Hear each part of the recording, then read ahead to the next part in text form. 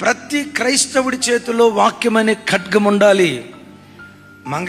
మంగళ షాప్కి వెళ్ళేటప్పుడు కత్తి లేకుండా మంగళ షాప్కి వెళ్ళడు. క్రికెట్ ఆడే ఆయన బ్యాట్ తీసుకోకుండా క్రికెట్ మ్యాచ్లోకి వెళ్ళడు. సైనికుడు యుద్ధ భూమిలో అడుగు పెట్టేటప్పుడు ఆయుధాలు తీసుకోకుండా యుద్ధ భూమిలో అడుగు పెట్టడు. స్కూల్కి వెళ్ళే విద్యార్థి టెక్స్ట్ బుక్లు తీసుకోకుండా నోట్ బుక్స్లు తీసుకోకుండా స్కూల్కి వెళ్ళడు.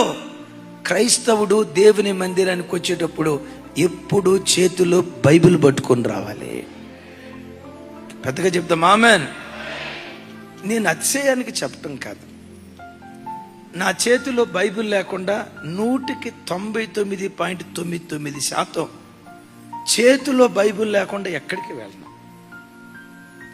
ఒకవేళ కారు దిగి ఆ మీటింగ్ స్థలానికి వెళ్ళేటప్పుడు కొంతమంది వచ్చి అయ్యగారు మీ బైబిల్ మాకు ఇయ్యండి అయ్యగారు, నేను మోస్తాను అయ్యగారు, మీ బైబిల్ మాకు ఇయ్యండి అయ్యా అంటారు. నేనేమంటాను తెలుసా? ఈరోజు ప్రపంచమంతా మమ్మల్ని తిప్పుతుంది ఈ బైబిల్.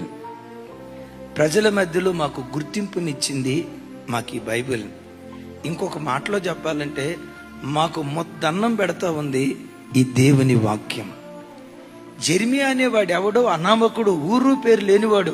ఈ అనామకుడు ప్రపంచమంతా తెలిసేటట్లుగా చేసింది దేవుని వాక్యం. ఎందుకో తెలుసా? బైబిల్ నేను మోస్తే బ్రతుకు కాలం అంతా ఆ బైబిల్ నన్ను మోస్తుంది. ఆ బైబిల్ నన్ను మోస్తుంది. తమ్ముళ్ళో చెల్లెలో, మందిరానికి వచ్చేటప్పుడు బైబిల్ పట్టుకొని రావటానికి సిగ్గుపడకండి. ఇది రాజగ్రంథం, ఇది రాజగ్రంథం.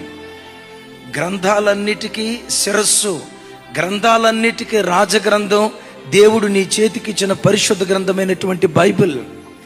ఎందుకు సమాజానికి భయపడాలి మనం?